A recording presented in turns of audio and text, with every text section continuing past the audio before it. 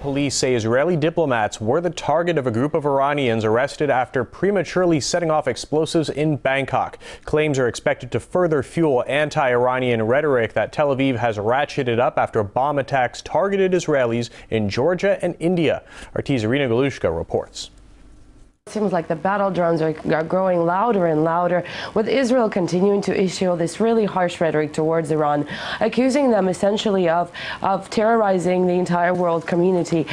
Just today there was a harsh statement from Tel Aviv which called to impose paralyzing sanctions on Tehran. All this while Iran has just made it clear that they are indeed ready to sit down for talks, to continue talks on its nuclear program. But the Prime Minister of Israel has made a statement saying that Iranian aggression should be stopped. So, of course, that brings forth many fears that the military confrontation with Iran is imminent. And nowhere are these fears more prominent than in Israel. The Muslim Brotherhood said that they might reconsider a peace accord, which they do have with Israel in response to U.S.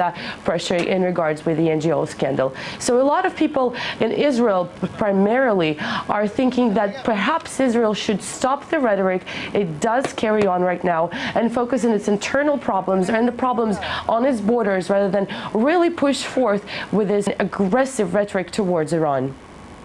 And another obstacle for Israel could come from Egypt as the Muslim Brotherhood threatens to reconsider Cairo's peace treaty with Tel Aviv. For more on where this could lead, I'm joined by Yaakov Lapin, a reporter for the Jerusalem Post. So how do you understand this reconsider term? What are the steps behind it, and do you think it could lead to another confrontation between Israel and Egypt?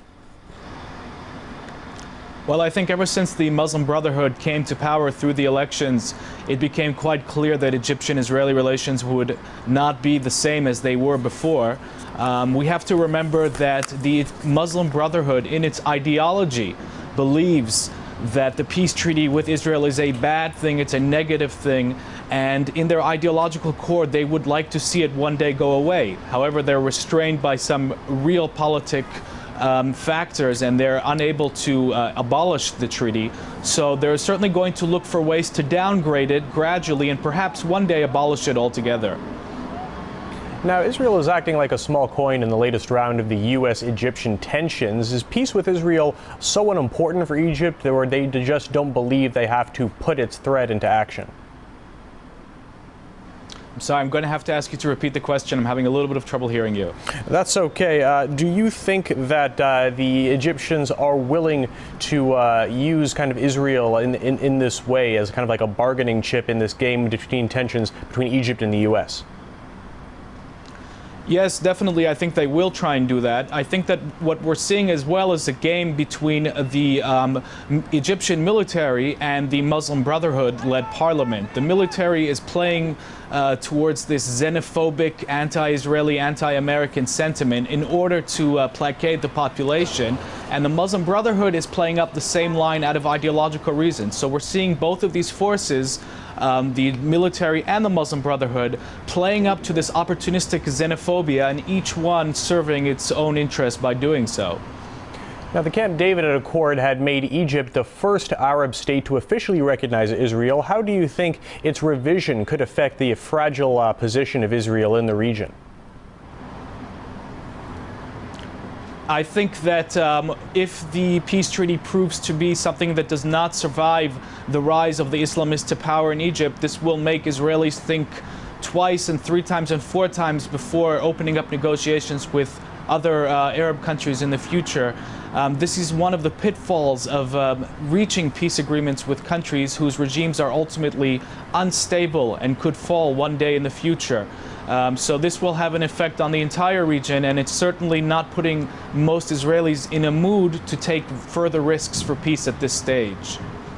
Now, the possibility of U.S. aid to Egypt being scrapped led to threats from the Muslim Brotherhood, but at the same time, most of the Egyptians oppose the aid, calling it a humiliation. How far do you think that public anger could go? I'm sorry, once more, I'm going to have to ask you to repeat the question. That's okay. The possibility of U.S. aid being scrapped by Egypt led to threats from the Muslim Brotherhood, but at the same time, most Egyptians oppose U.S. aid to their country, calling it a humiliation. Do you think their voices will lead to more public anger? If I understood your question correctly, we're talking about voices within Egypt that are opposed to the Muslim Brotherhood? No, opposed to American aid to the country. Oh, that are opposed to the American aid to the country. Certainly, there are many, I think, Egyptians who are opposed to American aid because they see it as interventionism and an attempt by America to push forward its agenda within Egypt. And I think that these kinds of anti-American sentiments are once again being encouraged both by the military, by the Supreme Council of the Armed Forces, and by the Muslim Brotherhood, each for their own reason. So certainly there are those in Egypt who oppose American aid. They see it as a threat. And I wouldn't be surprised if the United States itself decides to cancel its $1.3, $1.4 billion aid to Egypt in the near future, especially in light of the fact that some 19 American nationals are now under Egyptian arrest and have been barred from leaving the country. So I wouldn't be surprised if we see this aid come to an end in the near future. All right, Yaakov Lapin, reporter for the Jerusalem Post. Thanks for your insight.